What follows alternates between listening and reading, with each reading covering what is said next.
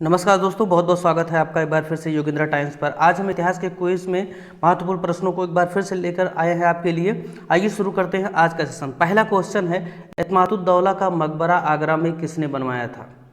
Option A Nurjahan, option B Akbar, option C Shahjahan, option D है जहांगीर। तो एतमादुद्दौला का मकबरा आगरा में है, किसने बनवाया था आपसे पूछा जा रहा है। इस प्रश्न का सही उत्तर होगा ऑप्शन ए, नूरजहां ने एतमादुद्दौला का मकबरा बनवाया था।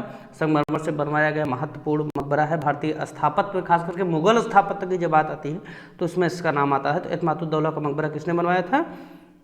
नूरजहां ने बनवाया था। कहाँ बनवाया? आगरा में। इसको याद रखिएगा, आगरा की स्थापना सिकंदर लोदी ने की थी, इसको भी याद रखिएगा साथ ही में आपको। आगे बढ़ते हैं। क्वेश्चन है, मुगल काल में निम्नलिखित बंदरगाहों में से किसको मक्का कहा जाता था? Option A Bharuch, option B Surat, option C Khambhat, option D Calicut. तो याद रखिएगा, जो मक्के का संबोधन की बात है तो ये सूरत को कहा जाता है, इस बात को याद रखिएगा, सूरत। आगे बढ़ते हैं। अगला क्वेश्चन है, पानीपत का प्रथम युद्ध कब हुआ था? ऑप्शन ए 21 अप्रैल 1529, ऑप्शन बी 21 अप्रैल 1526, ऑप्शन सी 20 अप्रैल 1527, ऑप्शन डी 15 अप्रैल 1528। याद रखिएगा, जैसे कि 4 महत्वपूर्ण युद्ध बाबर द्वारा लड़े गए हैं, उनमें से आपसे एक पूछ रहा है पानीपत का पहला युद्ध। तो पानीपत का पहला युद्ध 1526 में हुआ था। तो ऑप्शन को अगर आप देखेंगे तो ऑप्शन बी में 1526 है, इसको डेट भी याद रखिएगा।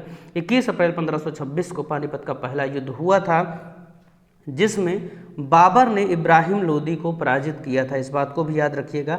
और इसी युद्ध में, पानीपत के पहले युद्ध में, बाबर द्वारा तुगलमा और रूमी पद्धति का प्रयोग किया गया था, जो एक अलग पद्धति थी युद्ध को लड़ने के लिए, जिसमें सैनिकों को गड्ढों में छुपा कर रखा जाता था और जब शत्रु सेना आगे बढ़ती थी तो पीछे से घेर लेते थे, चारों तरफ से घेर लेते थे।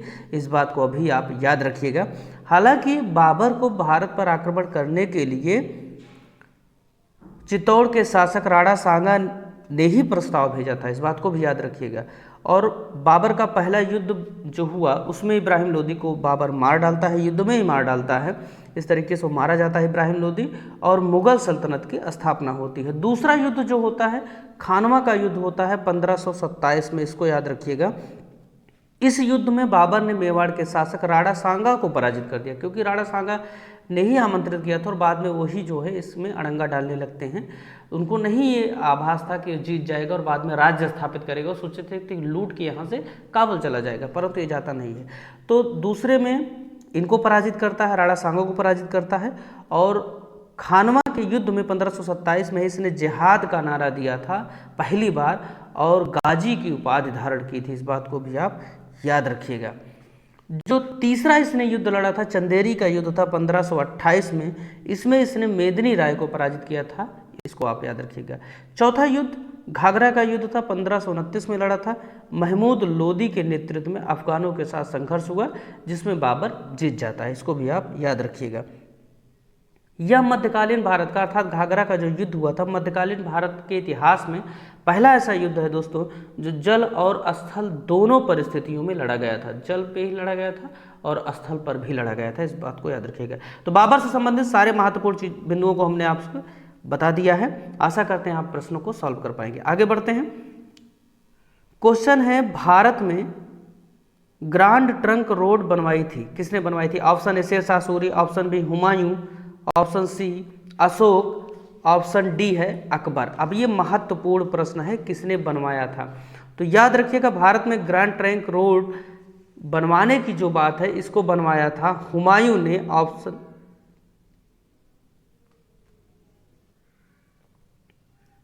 तो जहां तक ग्रैंड ट्रंक रोड बनवाने की बात है तो इसको बनवाया था शेर शाह सूरी ने, इस बात को आप याद रखिएगा। शेर शाह सूरी के बारे में अगर महत्वपूर्ण बिंदुओं की बात करें तो इसका शासनकाल 1540 से 1545 तक रहा है और इसके बचपन का नाम फरीद था, इसको याद रखिएगा। और यह हरियाणा में पैदा हुआ था। इसके पिता हसन खां सूर थे और ये जागीरदार थे।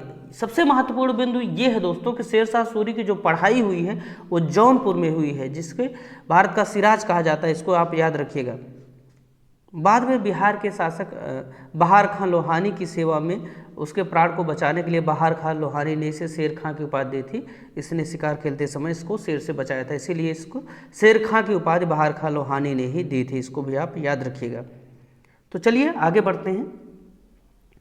क्वेश्चन है, गुजरात विजय की याद में अकबर ने किसका निर्माण करवाया? ऑप्शन ए बुलंद दरवाजा, ऑप्शन बी सिद्दी Bashir, option C Jama Masjid, option D इनमें से कोई नहीं। तो याद रखिएगा गुजरात विजय इसने लगभग 1573 में की थी और गुजरात विजय के उपलक्ष्य में फतेहपुर सीकरी में इसने बुलंद दरवाजा बनवाया था और फतेहपुर सीकरी का नाम बदलकर विजयनगर रख दिया था। इसको भी याद रखिएगा।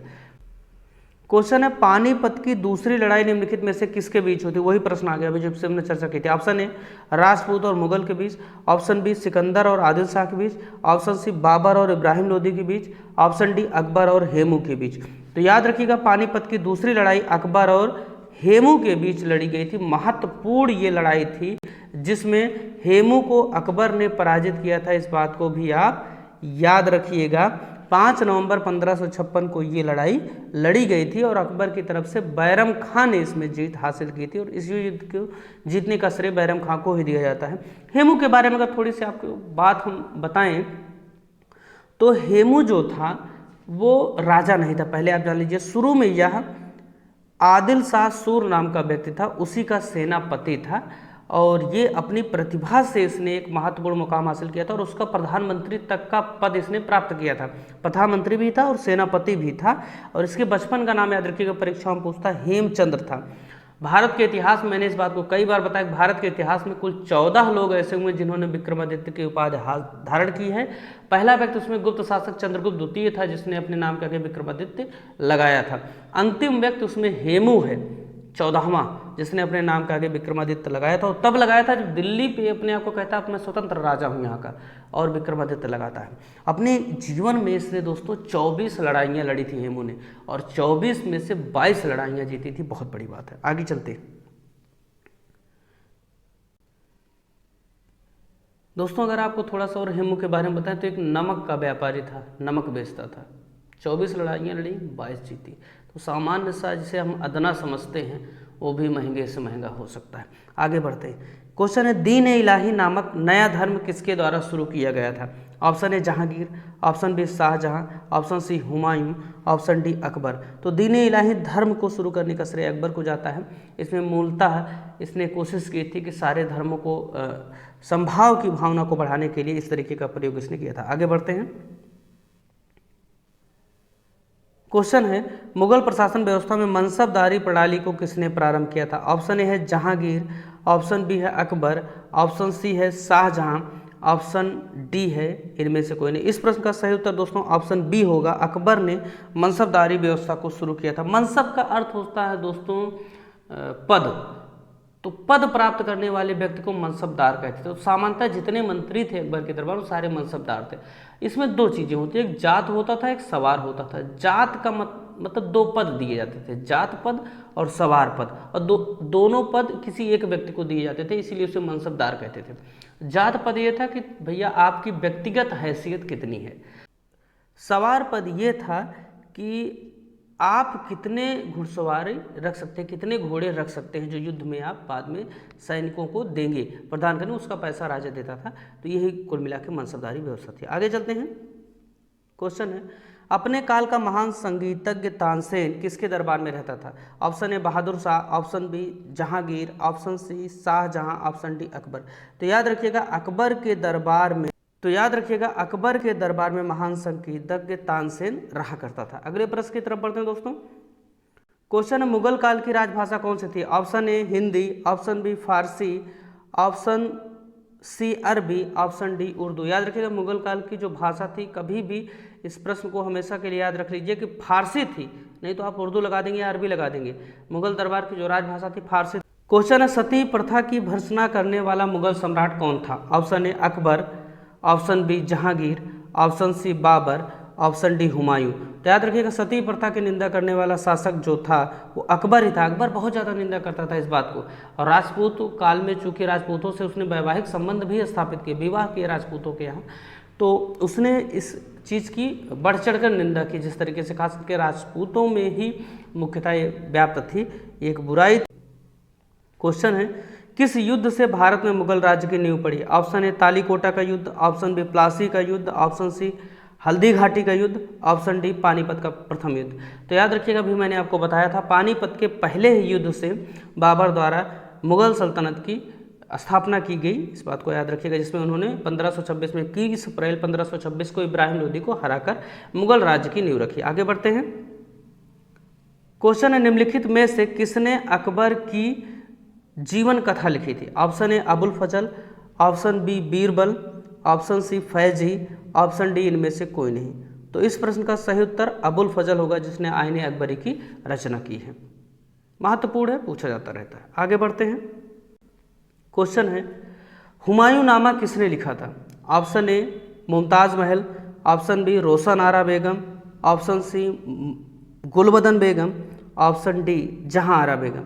तो हुमायूं नामा जो कि हुमायूं के जीवन पर आधारित है, उसकी जीवन की घटनाओं के बारे में बताता है। इसकी रचना दोस्तों गुलबदन बेगम ने किया था और ये प्रश्न बहुत बार पूछा गया है।